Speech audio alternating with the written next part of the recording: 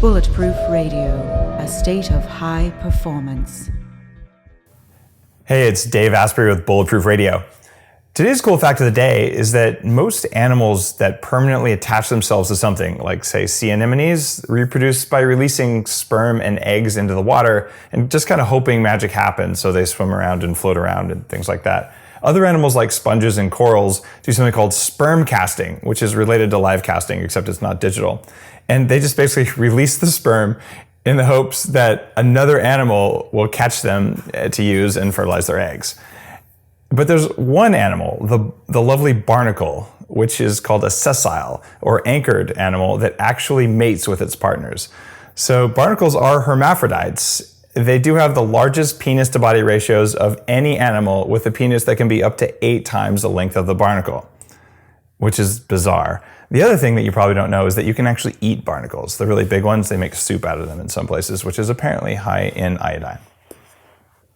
Iodine, by the way, is good for sex hormones and things like thyroid. But we were just talking about sex, and there's a reason for that. And well, we're going to talk about sex a lot in this episode, but before that, you need to know about Get Some Ice Cream. This is a recipe that you can read about in the Bulletproof Diet. You can also read about it in December when Bulletproof the Cookbook comes out. Or you could stop by our store in Santa Monica and you could actually pick up Get Some ice cream that we make for you. You can also go to the blog and just get the recipe for free. And it's a kind of ice cream that I invented to help restore Lana, my wife's fertility. And it's what we use to help turn her polycystic ovary syndrome off, including the whole lifestyle we talk about, so she could be fertile and we could have 2 kids without fertility assistance at age 40 and above, which is kind of cool. But most importantly, it's called Get Some Ice Cream because when the body gets a signal from the environment that says basically there's so much fatty goodness here that all the raw materials that are necessary to make a baby are present, magically the body says, let's go make a baby. So I promise you that if you did a blind comparison of Get Some ice cream versus a bottle of vodka to see which was going to be more successful at ending your date, I guarantee you that homemade ice cream using the Get Some recipe is a better ploy for a whole variety of reasons, biological and not.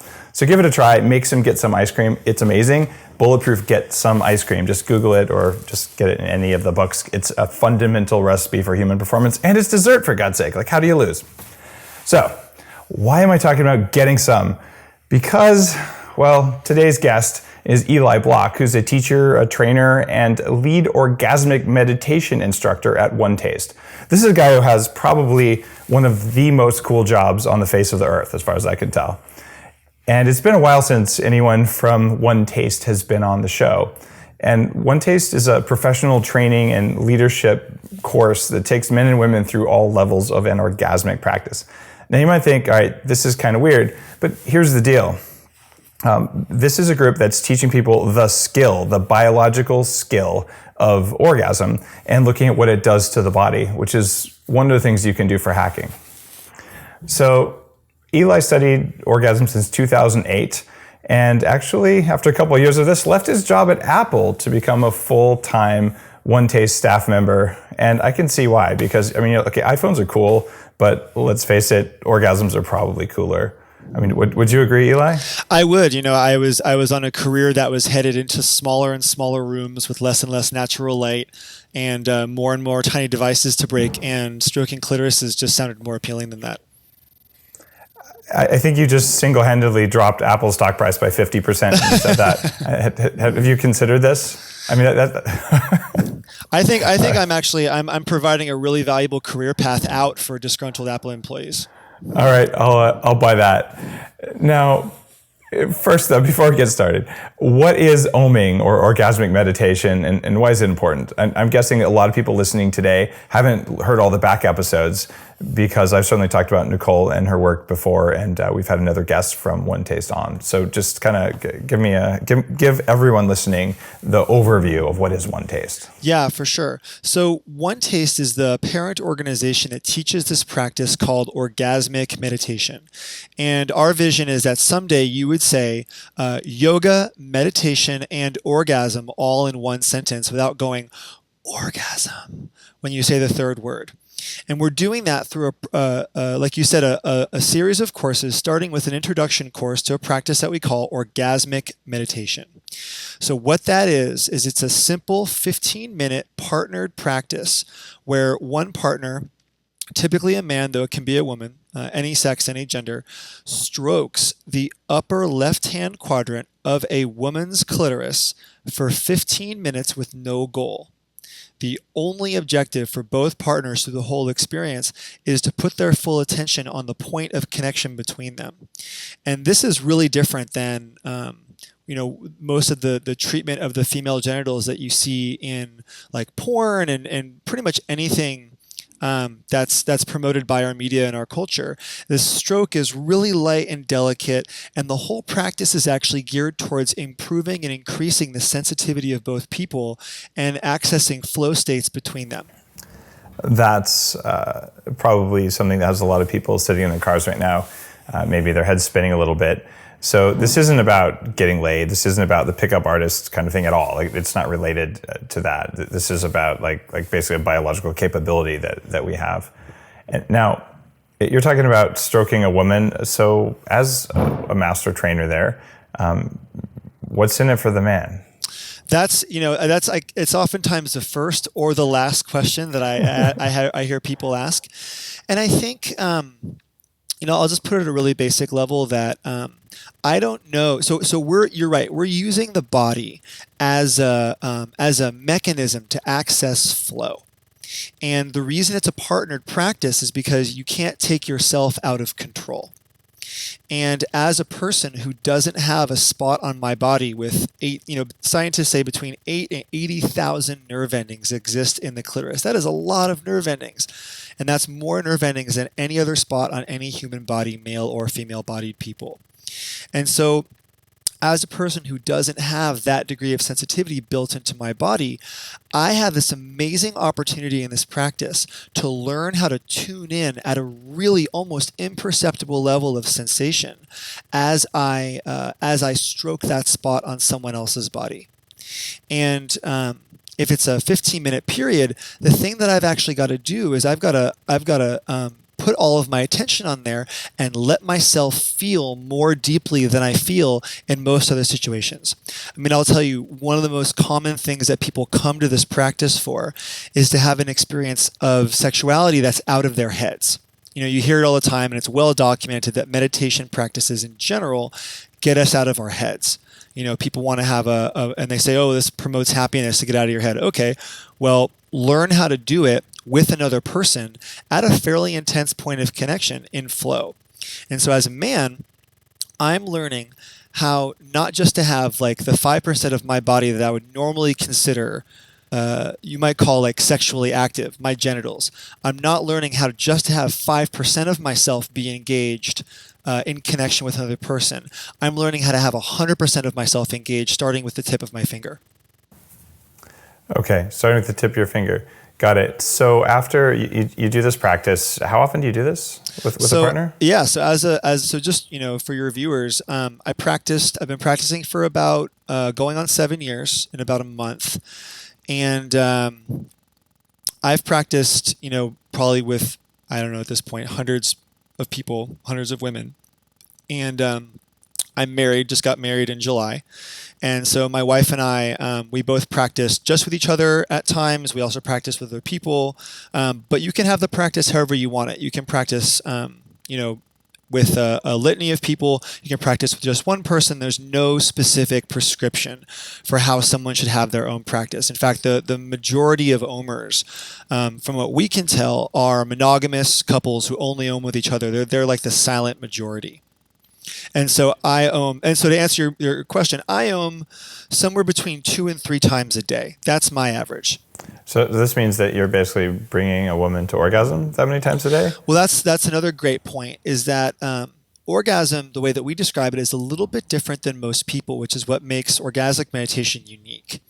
And so Dave, I'll ask you a couple of questions. You can be the voice of America here in the world, really listening to this. You've noticed that this is a conversation I usually have with people, which is you've noticed that your body and women's bodies tend to work kind of differently when it comes to orgasm, right? Sometimes, right? There's certainly tendencies that we observe on a spectrum, right? And so some people are more on the climactic end of the spectrum, meaning that they climax really easily. And some people don't climax hardly at all. And I think your viewers will probably relate to this, but it tends to be that feminine bodies, women's bodies, tend to, and again, these are tendencies, tend to land more on the side of non-climaxing, sort of in the same linear way that a man's body climaxes, which is, sort of in a straight line, climbing, poop, at the very top, and then you go through a one-way door down the other side that you can't go back through. You lose interest, you want a sandwich, maybe you want a mug of Bulletproof, and then you're back on your feet. We have a definition of orgasm which is different than most people's, and it starts because there's a difference between how our bodies work, how our bodies tend to work in terms of orgasm.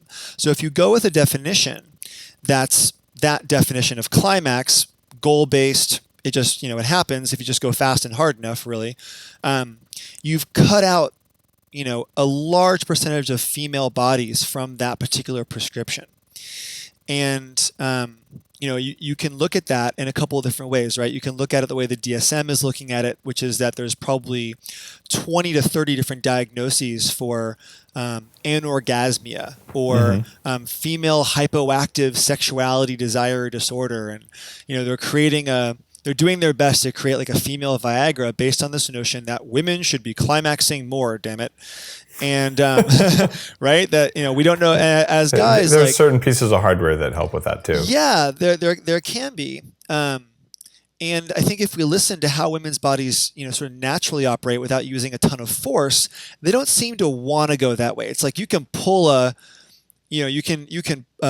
don't know exactly what the animal is. You try to pull it up a hill and it won't go. If you drag it hard enough, it's going up the hill because you can overpower it. But, based on its terms, it might not want to go up. So back to what I was saying. So the definition of orgasm we have is one that actually is descriptive as opposed to prescriptive, meaning that it is based on what we've actually observed, how our different bodies tend to work as opposed to trying to fit a woman's body into a pre-existing definition. And, I know my own sex life for a long time, if I couldn't bring a woman to orgasm, I felt incompetent, and then she often felt broken in some way. And, I was looking for something on some level to try to educate myself about what was the truth here. And this practice introduced me to this definition of orgasm, which actually includes how everyone's bodies work. And so that definition is, it's actually funny. We have a whole coaching program, like you said, of people who, learn how to do this over a 6-month period. And we have these one-page sheets describing this difference. And the climax section is like this long, and the orgasm section is like one sentence. So to us, the definition of orgasm is the moment the body enters the involuntary. So it's the moment your body starts doing something you don't have control over. We call that getting turned on. Most people would call it getting turned on. And so for us, that whole experience is orgasm. Whether it's just, your nipples get hard or your lips get flush or you have butterflies in your stomach, or maybe you have a, really intense 30-minute climax. None of that is the goal of this practice. The goal of this practice is just to feel. Yeah. So when you talk about orgasmic meditation, what you're really talking about is focused attention on essentially arousal, whether or not it includes a climax. That's correct. All right. Now, what does this do for people as opposed to just, while having sex and, finishing the way most people do? Yeah. Well, and so one of the things that I like to do in the class that I teach, we teach this introduction to Om in a bunch of different major cities. But one of the things that I do during the class, if this isn't landing with folks, which is common, this is a new definition. It's kind of weird. It is very counter to what most of us have been taught growing up. What I do is an exercise called the orgasmic fairy tale. And so what I do is I tell people to tell each other a fairy tale, any fairy tale that they know. These are things that we all know. They're really simple. What the end is going to be. The wolf is going to get killed by the woodcutter, and everyone lives happily ever after. And you hear that fairy tale about 1,000 times growing up to the point where no one really tells them anymore as adults. The magic of fairy tales is kind of left with those who haven't heard them for a long time, which is usually, or haven't heard them through the course of a life, which is like, kids 5 and under, right? And that's how our sex lives get. There's a certain magic, there's a certain unpredictability which happens early on in life that, I think we tend to lose, at least I did. I'll speak for myself. I tended to lose a certain amount of spontaneity and kind of knew, how it was going to start, what the middle was like, and how it was going to end. Always in some kind of climax or, in a certain position that I liked. And it kind of was a story that got told over and over again in my relationships. And the sex life got dull, and then we usually broke up. That was how my relationships used to go. And what orgasm does is it introduces flow. And I think a lot of your viewers know about flow states. But the magical thing about a flow state is that once you're in it, you have no idea where it's going to end. For people who don't know about a flow state, it's also known as the zone. And sort of that the place where you go, where just everything kind of collapses in, and you focus on what you're doing. And quick plug here. Yeah. The guys who are behind the Flow Genome Project, I'm one of the backers of the Flow Genome Project. They're going to be at the Bulletproof Conference this year. They gave the keynote last year and provided the same thing this year, these giant structures for putting you in flow. And you guys were also at the last conference. So because flow state is a part of how we gain control of our biology, come to the Bulletproof Conference, check out more of OneTaste, and also check out more about flow. So there, you brought it in. I had to plug the conference because it's coming up here in short order. I'm really glad you did. Everyone who came from OneTaste last year said that you guys were such a kick and so awesome, and I'm going to be there this year, and I really can't wait. So definitely go to the Bulletproof Conference. One of my favorite photos from the conference is me standing with 4 really attractive women, all wearing t-shirts that said Orgasm Expert. Like, how do you lose being the only guy in a photo like that? So I actually mentioned to them, I said, I'm going to be talking to Dave today. And they were like, say hi for us. So you have, you have a lot of fans over here at OneTaste. So flow states and orgasm, my favorite topic of all time. So flow states, right? You get into one and it's absorbing. It's not the in your head experience that most of us have, when we're trying to do something with really with our heads. A flow state involves you getting into your body. And so the experience of Om, and I'm make sure that I answer your question here. In order to enter flow, you have to let go of control. And so if you're going to let go of control, you can't have that destination point like you would with the fairy tale analogy. It's my favorite one because it's so common, everybody knows it. But if you do a fairy tale, the part of the exercise which really people understand is when I say, I tell one partner, you're going to tell the fairy tale, and I tell the other partner in this exercise, you're going to say the word change whenever you want to. And the first partner has to change the last detail of the story. So by the end of these stories, you got Snow White and the 7 dwarves at the bottom of the sea talking to King Kong about a Snickers bar. You have no idea where these stories are going to go. And so what orgasmic meditation does, because it's goalless, is it actually takes you to places you couldn't have ever planned to go in your sex life. It takes people to places, if you've got a goal, the best thing that can happen is your goal. And orgasm, in this practice, by removing the goal and by just putting your attention on what you can feel and following what you can feel and being absorbed by that, it's much more like surfing than it is like telling a fairy tale that everybody knows the answer to. So there's an interesting study I posted a long time ago about fMRI, like looking at the brains of people when they're doing jazz improvisation. Right. Which is a similar thing. Like, you have no idea where it's going to go. Like, you all just basically like make honking sounds on instruments. Whether I'm not that big of a jazz fan. Apologies to all the followers who are jazz fans. But you basically all do your instrument, and suddenly magic happens, but you don't know what's going to happen. Truly. Just jam in with the band, basically, if it's any kind of musical improvisation. And something very definitive and different happens. That even like the structure of your brain will change if you do that a lot. And what you're proposing here, if I'm drawing an analogy, is basically doing the same thing but in the bedroom. That's correct. Okay, cool. And that could change your brain in a similar way to other kinds of improvisation. There actually have been studies done on orgasmic meditation. Rutgers, in fact, had an orgasm researcher, Dr. Pooja Lakshman was. Yeah, she was on the show. Yeah, I know. Yeah, she had such a good time, and she's great. She's amazing. And one of the things which we know anecdotally from this practice is that in order to actually hit this flow state, it involves both partners to let go of control. It can't be that there's just one partner who's having the experience and the other person is, providing it or checking out, which is one of the most common, what's in it for me, from the stroker questions that I get. And the answer is you actually get to go into this experience with your partner. You both let go, and then you both go on this ride together that you couldn't go on by yourself. All right. So that's something that you get from it. How often does orgasmic meditation lead to actual sex? Well, these are fantastic questions. The answer to your question is that we actually we instruct our practitioners not to blend the two for several different reasons. Oming is a practice which it's like weightlifting for the sex that you want to have. Om builds all of the sensitivity and the sense of safety and the sense of intimacy that you would want translated to your sex life, but you would never want to use Om as foreplay.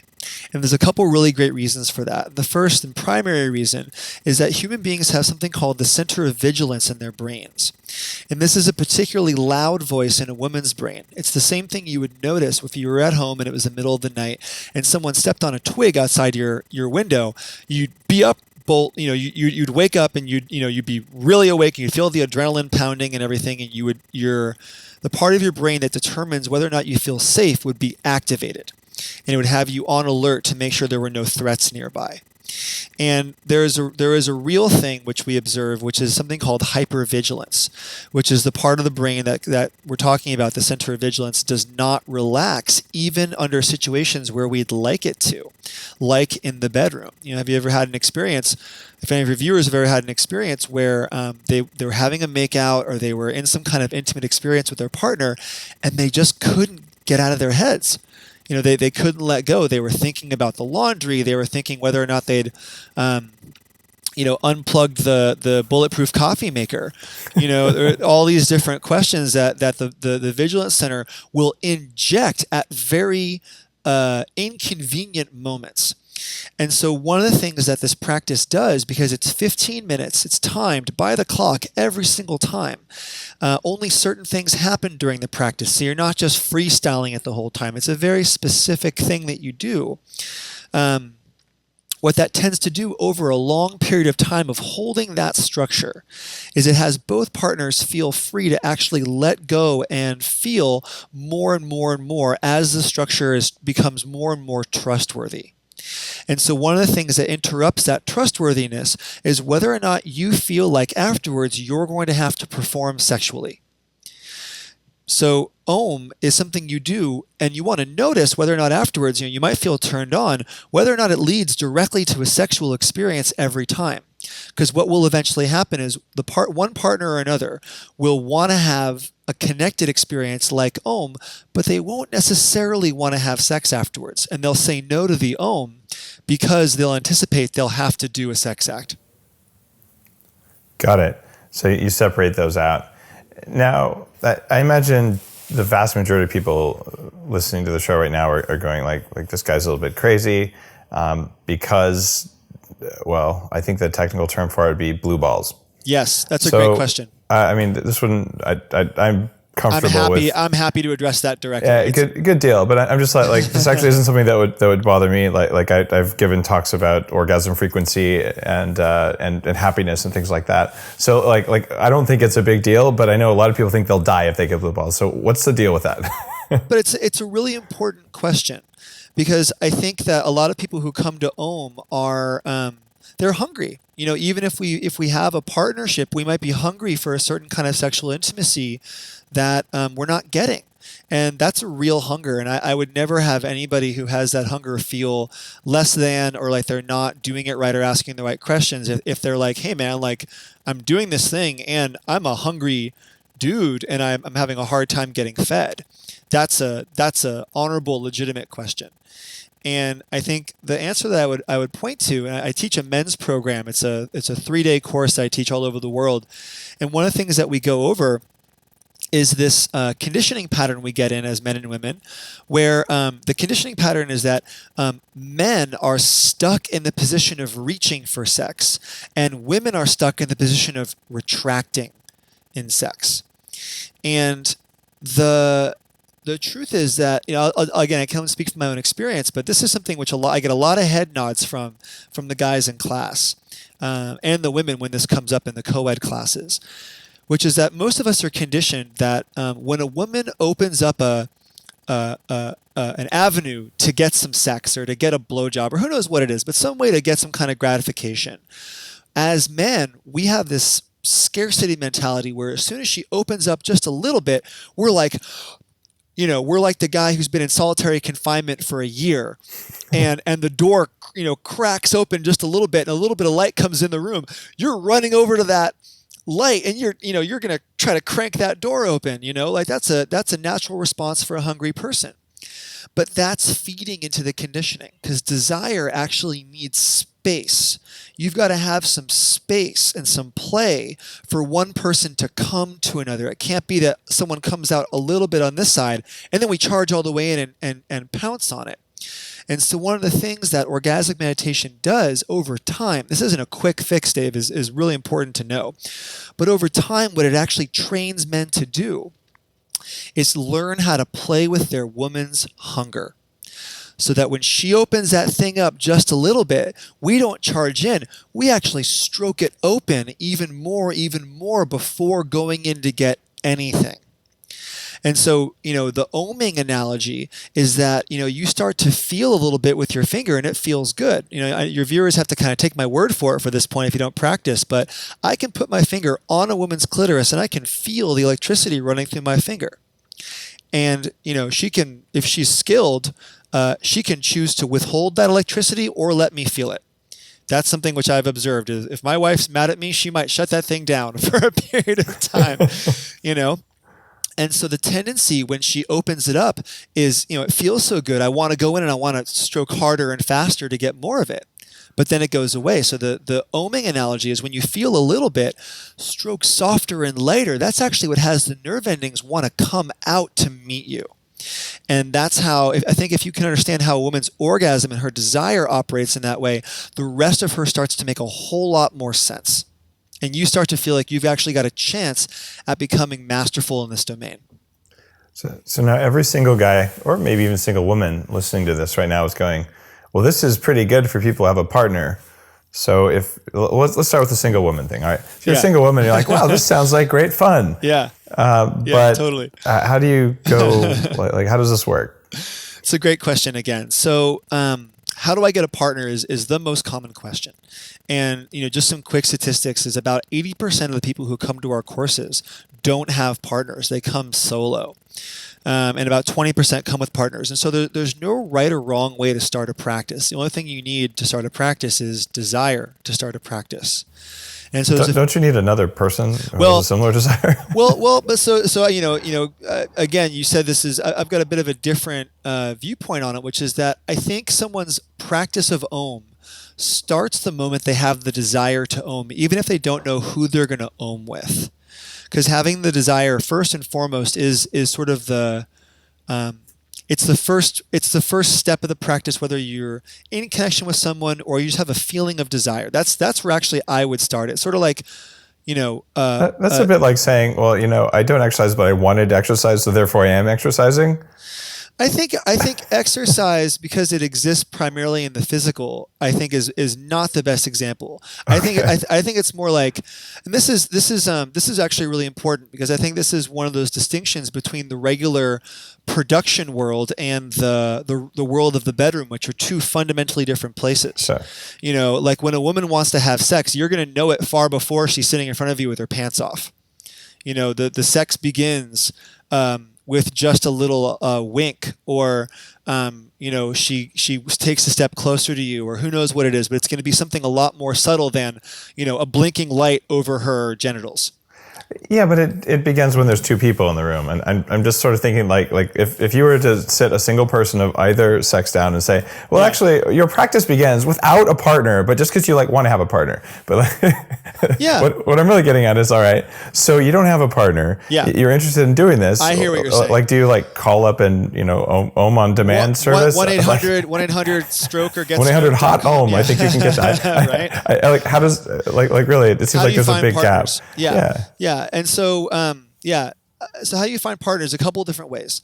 So there are communities all over the world. So this is like, if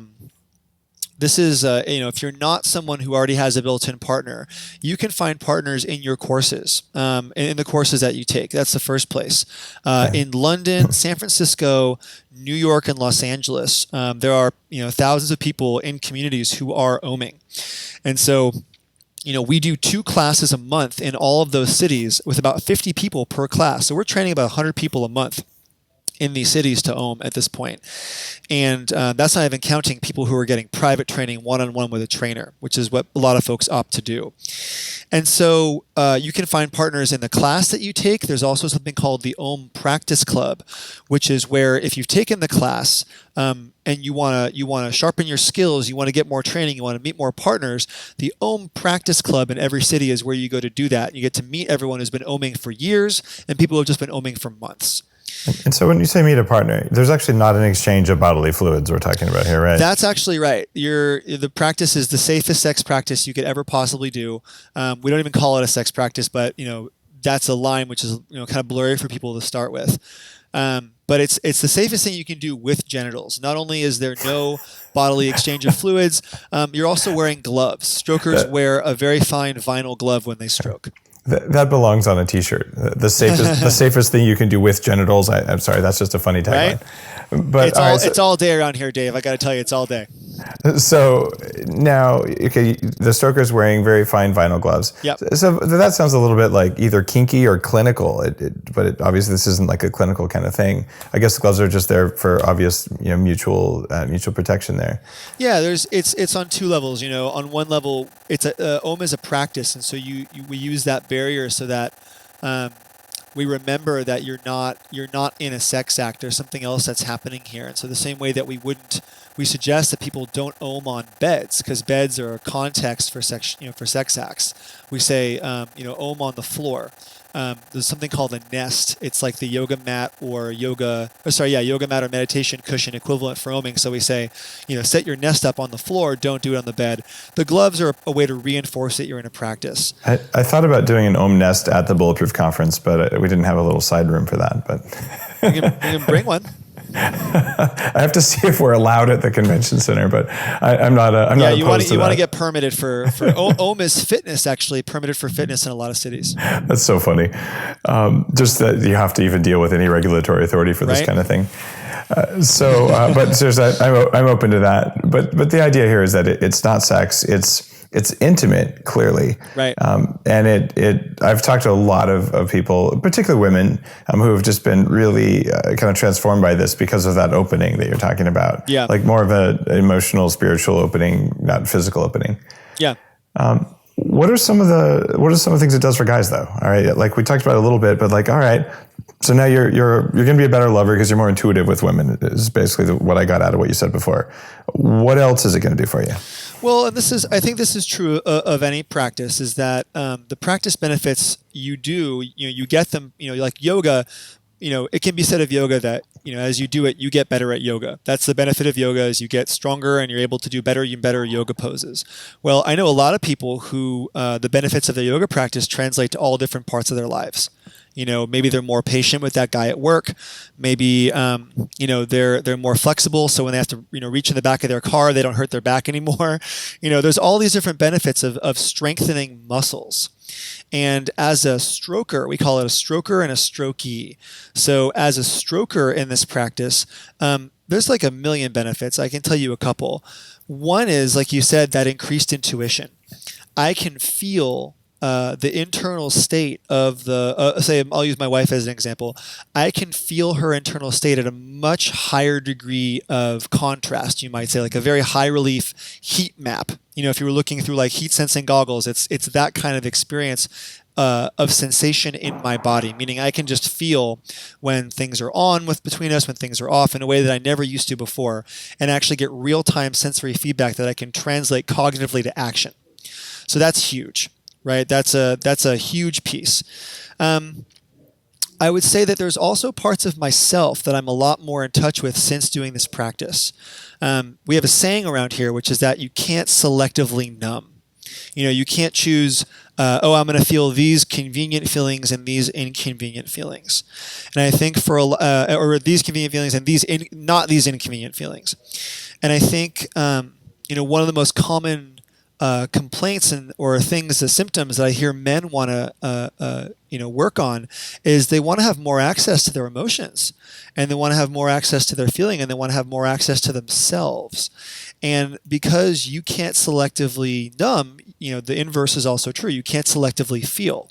And so if you're choosing not to feel a whole lot of things, then your life is going to be kind of numb. That's what kept me, I was a big, fan of porn before doing this practice.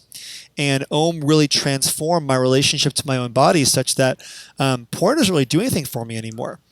So I've got an increased acuity internally of like, what am I feeling now, and what am I feeling now, and what are my desires, and I can actually feel that at a much deeper level than I used to. I've got a lot more access to myself than I used to. I'd say that's one of the biggest things. So now I have to ask. This is kind of a tough question, but okay. Porn activates dopamine in a pretty major way. That's right.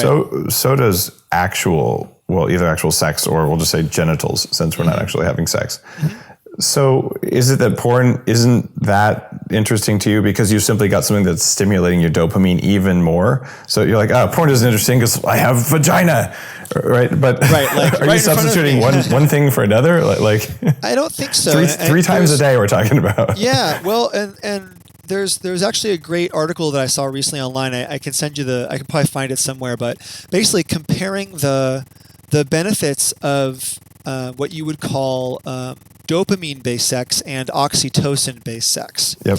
And that is a really important distinction to make. Define both of those for people who don't know what those neurotransmitters are. Yeah, so dopamine is basically like, it's what's released when you, like the feeling of like doing a good job or having the reward center of your brain stimulated. And, they've done there's studies where, like rats get a dopamine hit every time they hit a button in the cage. It stimulates the dopamine, and the rat will literally die in the process. It'll starve to death in the process of hitting the dopamine button. So it's a powerful thing that we're dealing with. Oxytocin, on the other hand, is something entirely different. It's related, but it's entirely different. And oxytocin, you might call, it's a neurotransmitter for connection. It's the thing that when a mother first gives birth, it's what has the mother and the baby bond. At breastfeeding, it's released in huge quantities during breastfeeding. It's a bonding chemical, and basically the presence of oxytocin indicates the presence of connection. That's, I think, the main difference versus dopamine you can get simply by winning a video game. Which is the relationship that I think a lot of us have developed with porn in that way. I'll speak a little bit more on that. Is that okay? Yeah, please. So one way that I describe this is that porn is kind of like the empty calorie. One of my teachers made this really great observation a while ago, which is that if men are going to turn to technology for their sexual needs, they're likely to turn to porn. That's the technological product that we would purchase if we didn't have another human being present. Well, there's also the fleshlight and a variety of things like that as well, right? So there's other kinds of physical technology, not just digital. There are, and I think if you look, it's billions of dollars of industry. I mean, it's kind of crazy. Yeah. Porn is huge.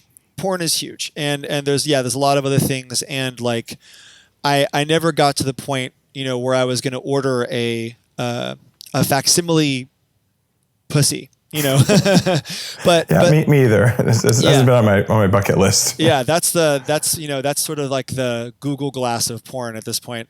But I think the thing that we look to porn for is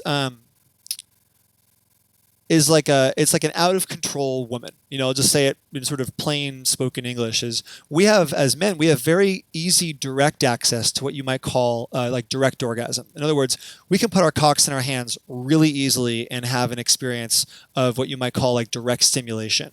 And the thing that we are looking for is a woman in an out of control state to supplement that. That's basically what porn is. And why do you say a woman in an out of control state? Yeah, like she's getting off. There's okay. So you mean a woman who's also enjoying herself and aroused? Right, a woman in a pleasurable aroused state. Okay, yeah, exactly. Thanks for that clarification. Right, and so if it was all about climax, if it was all just about creating climax, then loneliness wouldn't be real, and we'd never leave the house. Right, so that's sort of the guy side of things. Now, if you look at what women. When women reach for a product, they're oftentimes reaching for a vibrator. That is the most common, most sold, for women, sort of in the place of an actual partner, they would reach for a vibrator. And a vibrator is not, it's providing that direct orgasm, but it's because they don't have as easy access. Women aren't breaking down, the porn stats. Men are. And so there's a certain nutrient that a man is looking for, which he has the opposite of, right? He's looking for an out-of-control, pleasure-induced woman. He's got plenty of this.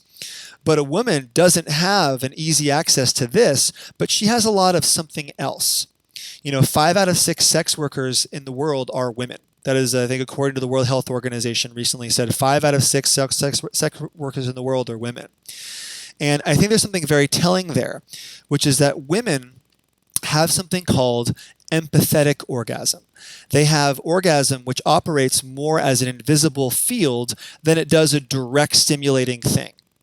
Women are much better at getting sensation. Look at strip clubs. Look at, again, it's everywhere if you put the right glasses on. Women are very good at getting sensation into other people's bodies, but not as good at getting it into their own bodies.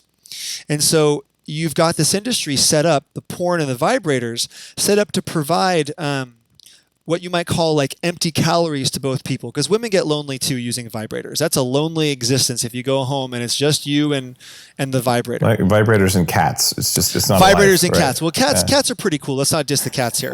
but vibrators are it's an empty calorie. And so what usually people find when they start oming, because is one way to look at it is you're actually giving the real nutrient, the non-empty calorie, to both people. Men are having an experience of being in a woman's field as she's in an out-of-control, pleasurable state, which is badass. It's awesome, right? And then women are having an experience of actually being able to let go while having that spot that they so desperately want touched in a skillful way actually touched. And so you might say that vibrators and porn are the McDonald's of the sexuality world, and oming is like the highly nutritious, bulletproof cafe version of the sexuality world. So oxytocin is a wonderful hormone, right? Yeah. It's really important. It's amazing. However, so is testosterone. But if you take too much testosterone, you look stupid and you get real hairy and you get acne, right? A lot of things happen from what I understand. Isn't there an upper limit to oxytocin? Like I've known a couple of omers who are kind of blissed out an awful lot of the time, and oxycodone, which is not oxytocin but operates on the same or some of the same receptors. Yeah, it's pretty damned addictive, actually. Like, are you maybe getting too much oxytocin from a practice like this? Well, this is also a good question. I think this is my observation as a 7-year practitioner, is that people can use anything they want. They can use a variety of tools, including MCT oil, to get way, way, way, way, way too high. And then usually disaster pants prevents that. Well, right, exactly. And I've I'll just tell you, whatever. Like, you can use anything. You can use Kundalini yoga to space out. Yeah, you can, right? You truly can.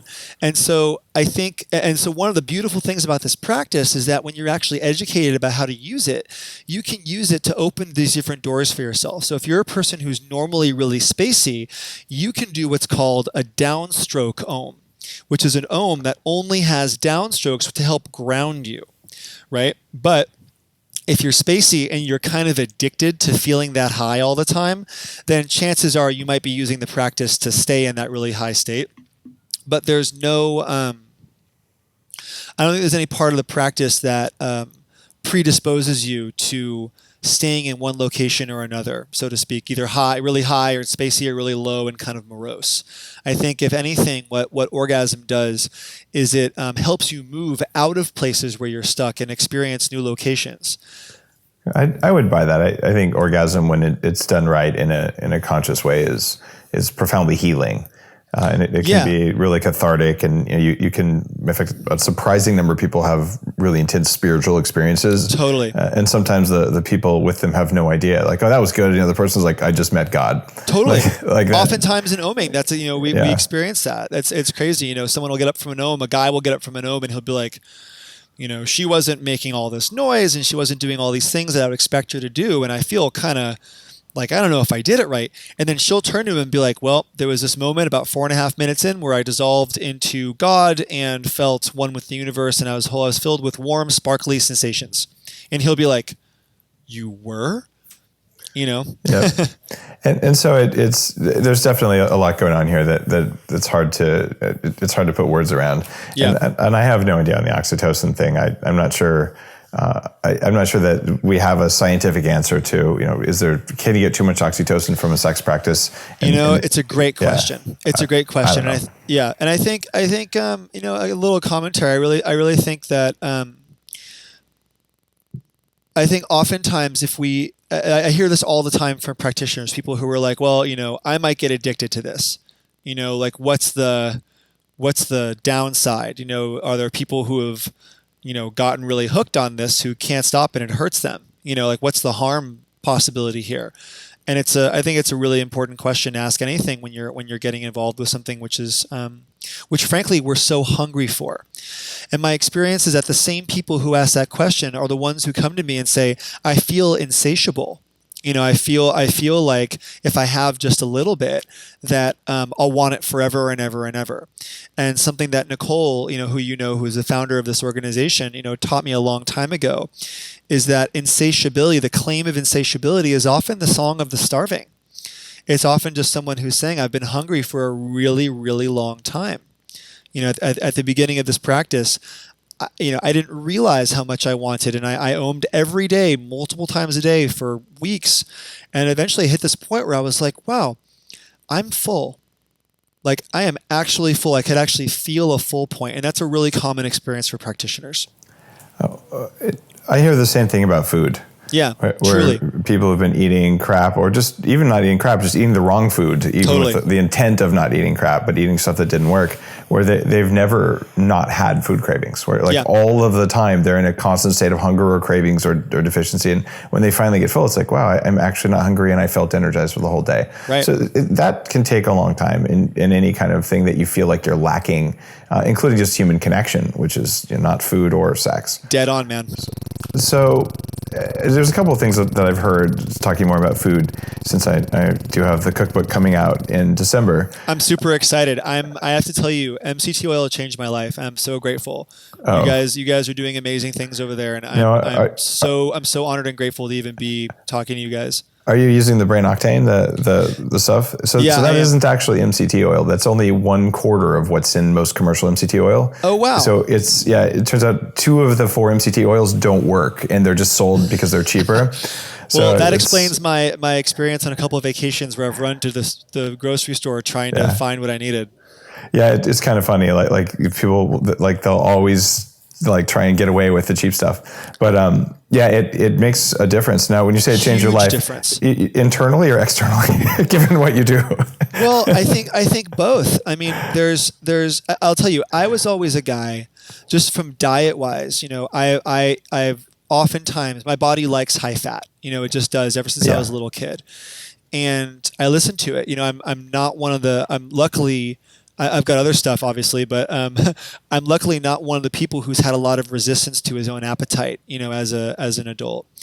And there's just something. It's almost like that feeling when you wake up in the morning after that really great night's sleep, and you wake up and everything just sort of feels gentle. There's no panic. There's no, what am I going to do today? Yeah. Check my phone immediately. There's a feeling my brain has when I'm actually supplying it with the nutrients that it wants, Yes. including the brain octane, that it's just like free to be, that I find very pleasurable and very natural. Well, you're in an odd state because there's these three things that keep us alive and keep all mammals alive, right? There's the eat anything in front of you so you don't starve to death. Okay, Right. This is a very important, like every animal does this. The hungry at Whole Foods in the dessert section.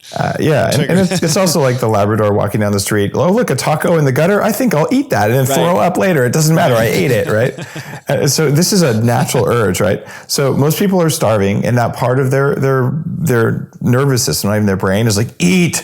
So they're constantly doing this, and you're doing brain octane. You're eating Bulletproof.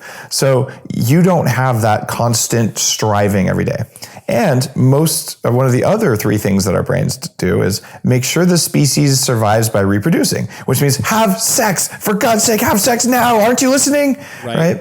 You've also managed to control that or to tame that or just to feel satisfied where you've got the connectedness of that. And so that doesn't run, I'm guessing anyway, as a voice in your head all the time. It doesn't for me because I've trained mine a different way, but not from it's funny. It's like, I think there's a different, I think what you're pointing to is something very subtle and very important that I've rarely heard anyone put into such specific and like concise terms.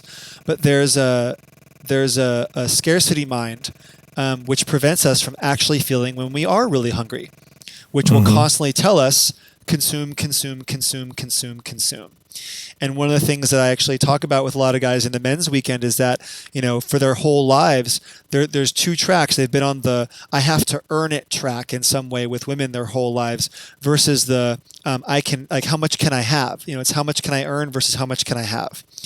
And I think how much can I have once there's an abundance, you have the sense of abundance, you have the luxury of actually having a real, true appetite, not just what do I consume right in front of me as long as it's here and present, whether it's the taco in the gutter or reaching in to get the sex the moment that it's available. You can actually start to have play and freedom around these things that you didn't have before.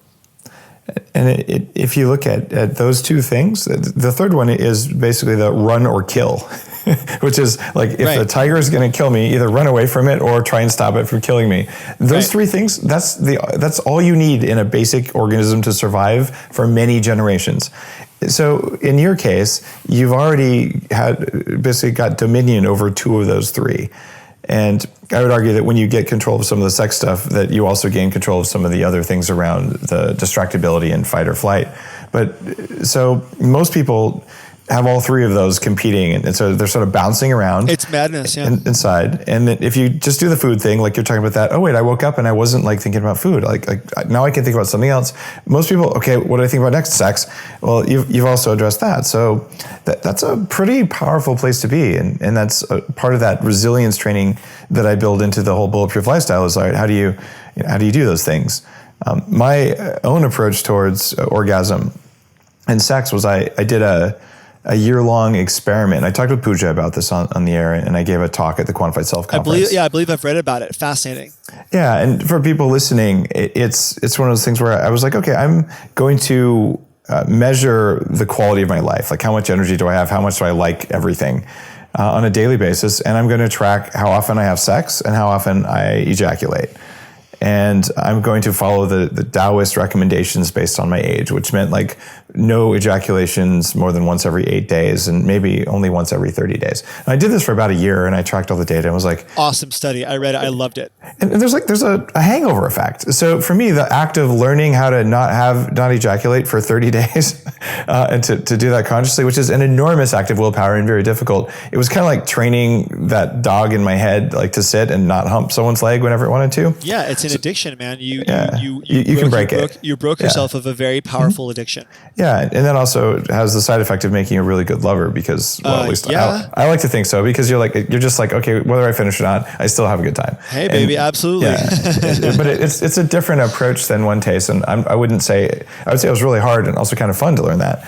But well, actually, it's a similar approach though, in that you're like, it has a lot of parallels. I think you reached it through. I think it's I think one of the side effects of Om and why it has people, at least one of the most common things, I swear to you, men constantly are saying, I don't watch porn anymore, because they're not listening to the unsatisfiable voice that says climax, climax, climax, climax, climax, right? That they're actually in direct contact with something real. In this way, it's almost like this form of connection is regulatory to their systems, where they can actually feel between them and a woman. And as the practice is goalless, it actually, like you said, it has them be able to relax a little bit and actually feel what's happening between them, which is, I think, exactly what's happening with you as a lover. And your experience is your brain isn't hooked on climax. It's actually in the moment, present, having an experience, and then when it's over, regardless of whether you climax or not. That doesn't determine the end of the fairy tale. Yeah, it's a great analogy of the fairy tale. I really like that, and it's funny. There's been a good number of Bulletproof followers who follow this kind of idea that, all right, like, stop looking at porn, stop masturbating for a while, and see what happens. And I've had a couple of people come up to me and say, I did what you said. Oftentimes these are guys like, doing this when I was 25. Are you kidding me? There's no way I could have. Well, maybe that's not true. There's no way I would have believed I could do it when I was 25. Just because you have a lot of testosterone. I actually, come to think, I had pretty low testosterone when I was 25. Quantitatively, because I was fat, but I still had a pretty good sex drive, and I think I wouldn't have been ready to try and do that. But I've had a few guys in that age range say, I decided I wouldn't ejaculate for a month or something, and I started a company, and I worked out, and I lost this weight, and an amazing amount of energy that would have gone into sex went into other parts of their life. Truly, and it's kind of a huge thing. Yeah. What about for women? What about for women, though? And this is where I asked Nicole this at the Summit series on Powder Mountain there in Eden. And, she was like, no, guys should have more orgasms too. And for women, I don't believe that this would be even healthy for them. Is there a difference in the way men and women, we'll call it climax, in the benefits of those in the teachings of OneTaste, or just what you know? Answer that question. It's a really good question. So your question is, what's the difference for women in their experience of climax? Actually, I hear you. Let me quote the Taoist and just tell me if you support the statement. Sure, tell me. They'll say a woman walks away from orgasm or climax, however you want to define it, undiminished. But essentially, for guys, it's this is not their words. I'm paraphrasing, but it's something like it's an energetic burden. It diminishes you. And my data was like, holy crap! I'm kind of a jerk, and I don't like my life for 3 days after I ejaculate. Right? It does take something out, and that it takes a while to regenerate. But for women, it seems to put something in. It increases oxytocin. It also increases testosterone with women. What my experience has been over 7 years around them and climax is a couple things. I think for a lot of women, they're told from a very young age that, again, if they're not having an experience that's like a man's, that is like the sort of the male tendency of like that sharp, climb and then boom at the very top, if they can't do that, there's something wrong.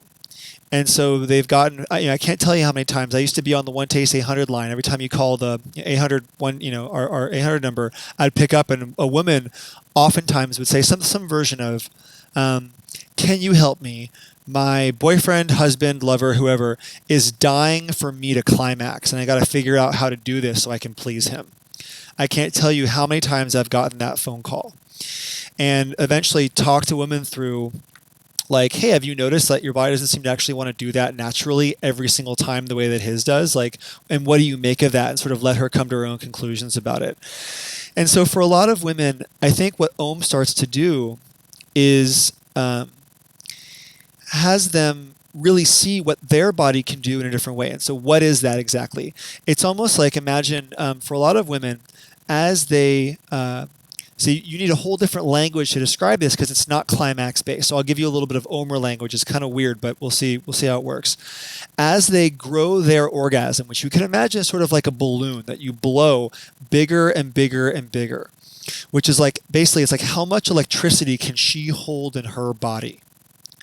Right? How much feeling can she have? How much sensitivity can she hold at once? And for a lot of us, that's what we would call that blue balls feeling. For guys, we call it blue balls. It's usually localized to our genitals.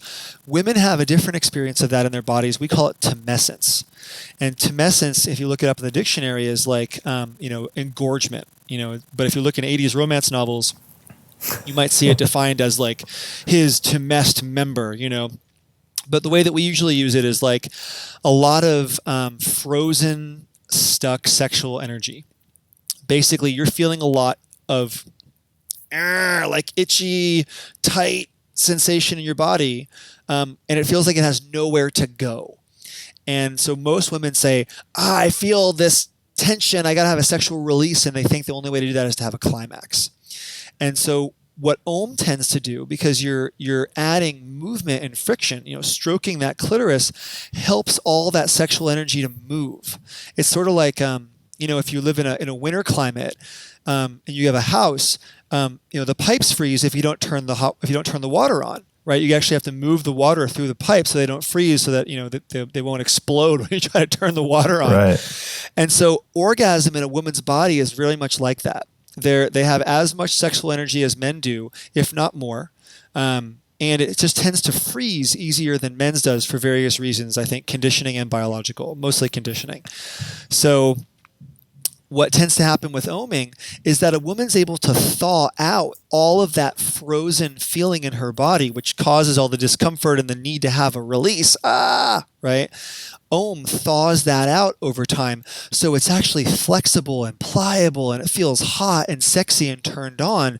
And you can actually do something with it. Like you were saying, the guys who weren't so obsessed with masturbation, they grew their business by 500%. Amazing what you could do with all of that energy, And so for a lot of women, it's more about getting all of that which is stuck moving, getting all of that stuck stuff actually flowing. So you're not a walking iceberg. You're actually a deeply flowing, hot, electric ball of energy that can be done, that you can do anything with it. And most of all, you're incredibly, incredibly pleasurable to be around, because a turned on woman, a woman who's got that energy moving in her body, is the only person you want to be around when she's like that. In the boardroom or in the bedroom. Is it similar for guys? It certainly was for me. I mean, a lot of what Om does for both people is have them come to be in approval of things that they weren't previously in approval with about themselves. There's all these effects that it has on the body, and I think it's equally a head job. It's like it's a body thing, but it's also equally a head thing. In order to feel each other, in order to have a good Om, so to speak, an easily enjoyable Om, I can't sit there as a mechanical stroker, one stroke up, one stroke down. Am I doing a good job? Is this, I can't have that running dialogue and trying to be a good stroker.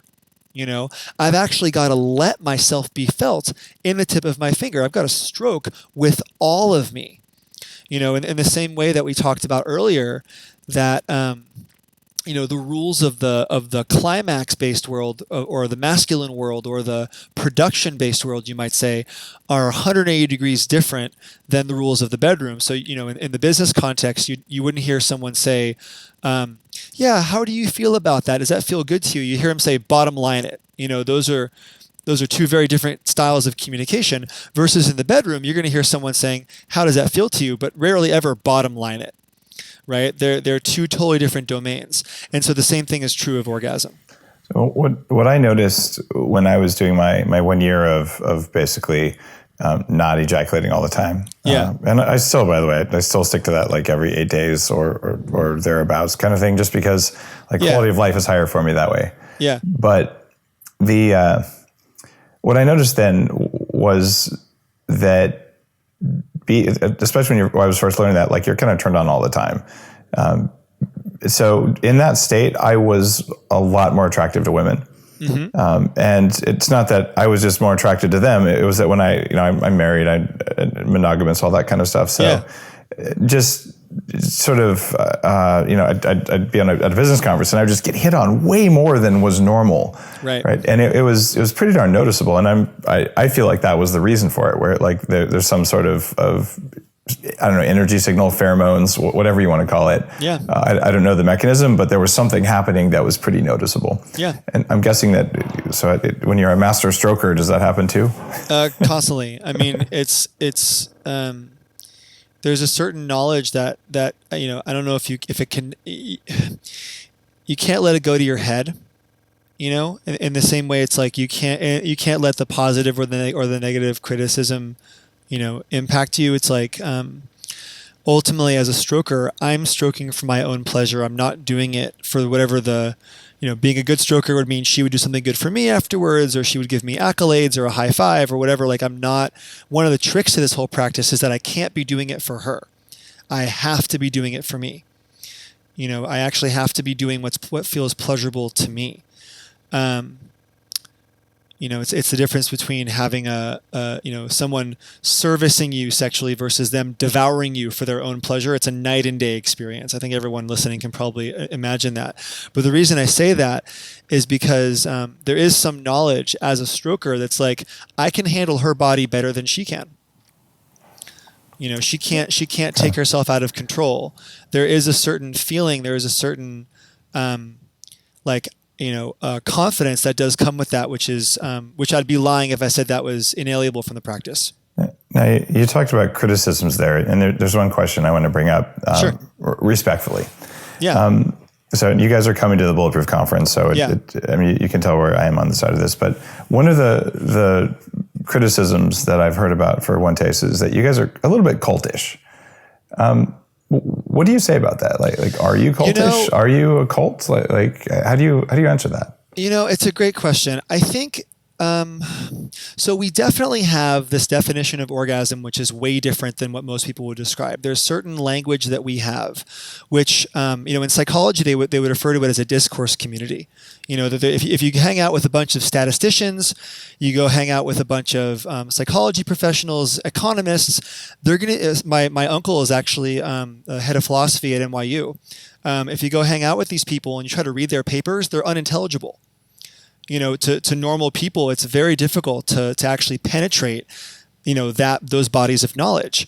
And, I think most of what we encounter in that regard, or at least one part of it, is that we do have language for experiences in what I would call a feminine world that sound very alien to what most people are used to. Tumescence, for example. Who uses that word? That's a totally different thing. Oh, grow your orgasm. That already sounds really strange. I think it'd be a great name for my next dog, but we'll figure that out. Right. And so tumescence, right? So yeah, well, dogs get tumescence, so I have to run them, but I think that's part of it. I think language is part of it. I think the other part of why it comes off that way is that we have a very heavy cultural immune response to sexuality and community. Those two things together in our culture do not typically go very well.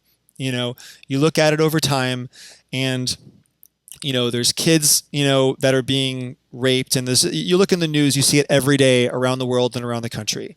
There just isn't a whole lot of positive context for something which would involve sexuality and community at a very high level of operation with a lot of organization.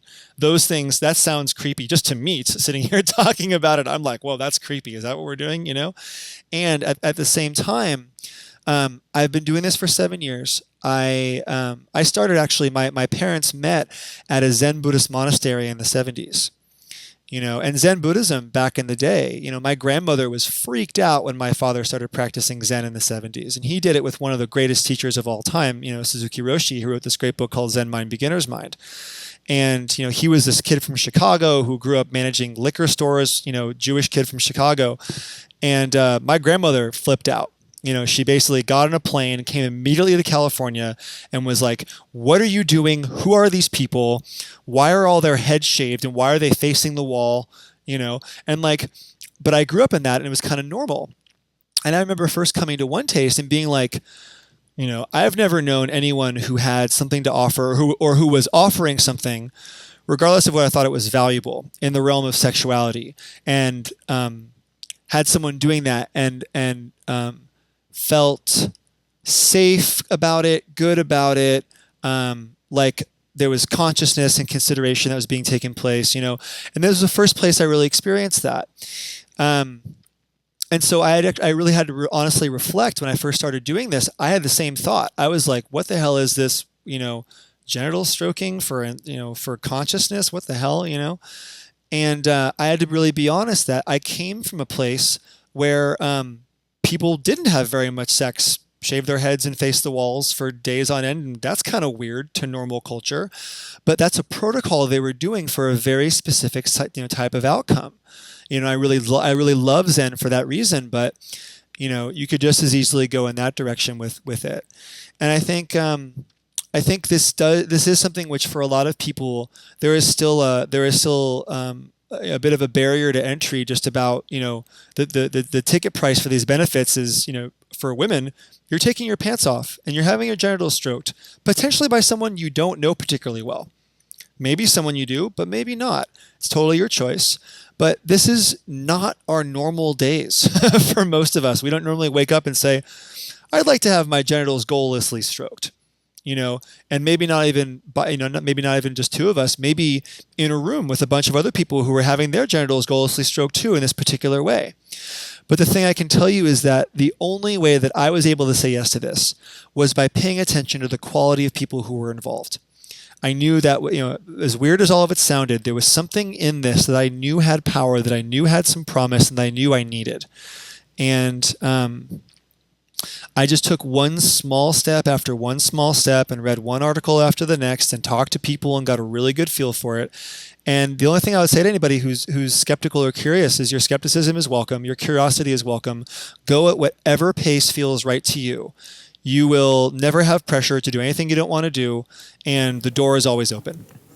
And that's why I'm cool with you guys coming to the conference. If I thought you were doing the indoctrination sort of thing, I don't get that vibe. And I think there's an enormous value for people who become aware of the power that sexual stimulation, arousal, and orgasm have on your nervous system and just on controlling your biology. It's one of the three things that you need to own. So doctors have called Om one of the greatest wellness practices of all time. It's like, it's just one of those things that whether we like to admit it or not, it's important. Our sexual satisfaction and our sexual well-being, most people would rank it the number one most important thing in their lives, their relationships and their sex life. And most people also would never spend a single cent towards it to actually, improve it and take a noticeable increase in their enjoyment of it. And life is short, man. So I really thank you for bringing that up and giving me a chance to address that. You got it. And we're running out of time on the show, so I have one final question for you. Yeah. And that is, given all the stuff that you've come across in your life, both at Apple and just in life, if someone came to you tomorrow and said, all right, there's 3 things that I want you to tell me, 3 most important things for me to be a better human. I want to perform better at everything in life. I want to kick more ass. What do I need to know? I would say find something that is more important to you than the money, than the accolades, than the than any of the things that our culture tells you that you should have. Okay. I would say find something that just strikes the passion inside of you, which in its pursuit, even though you may not necessarily arrive at the pot of gold, or, in the case of a lot of the, guys out there, you mentioned pickup artists earlier, like, you might not get the woman, but it'll be a distant enough goal. It's a big enough aspiration that no matter what happens, no matter what you achieve from it, you will always get the person you were meant to be. You will grow in ways that you would not have been able to grow playing it safe. That's I think the first thing I would say. The second thing I would say is, like all of you have a little, everybody who ohms, everyone who doesn't ohm, regardless of what category you fit into, you have a little voice inside of you. And it's a little voice that I think a lot of us, have been told to ignore for a very, very long time.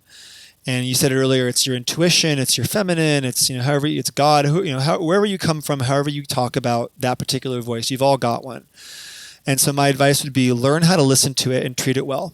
Because if you do, it will deliver to you, even if it says crazy things, things which don't make any sense, like leave your hotshot fast track job at Apple and go work for an orgasm company. It is intelligent. It may not be rational. Not all things rational are intelligent, and not all things irrational are not intelligent. There's a lot of intelligence in the felt senses. That's the second thing. And then I think the third thing would be, remember to enjoy the ride. I would say that one of the things that orgasm has taught me, and this is maybe a whole other conversation, is how to play. All of a sudden when there isn't a goal, when there isn't something that I'm trying to strive for, that feels like life or death, when I've actually got a practice of doing something every single day, the outcome starts to get less and less important. If I'm doing yoga every day, I was an all-American lacrosse player in college, so it's like the days I would go out and if I was in the season and I was throwing the ball around, I didn't care how many goals I made. But if I was in the off season and I was out of practice, every single shot I was worried about making it. Right. And so I would say get a practice. If it's something that you love, if it's sex, if it's orgasm, if it's coffee, who knows what it is, make it a practice so you can actually learn how to play with it and not take it so seriously. Beautiful. Eli, where can people find out more info about OneTaste? They can find it really easily at www.one, that's O-N-E, taste, like your taste bud, one word, OneTaste.us. Awesome. They can also come to the Bulletproof conference and see you guys live, which is kind of cool. They can. We have lots of events on that website you can find. So people can get the whole list online. So in major cities. Awesome. All right, Eli, have an awesome day, and thanks for being on Bulletproof Radio. If you enjoyed today's episode, would you please do me a favor and check out OneTaste if that's interesting to you? And if not, check out something on bulletproof.com. In fact, if you look at what we've got there, we've got the collagen bars, the new Bulletproof bars. These are the most amazing bars ever. They completely fill you up. They taste really good, and they've been a labor of love. I've been working on them for so long. They just came out in the last few months, and they've completely changed my travel. If you haven't had a chance to try them, I like the vanilla, but about 40% of people prefer the chocolate. These are not like any bars you've ever had. Give them a try. You won't regret it.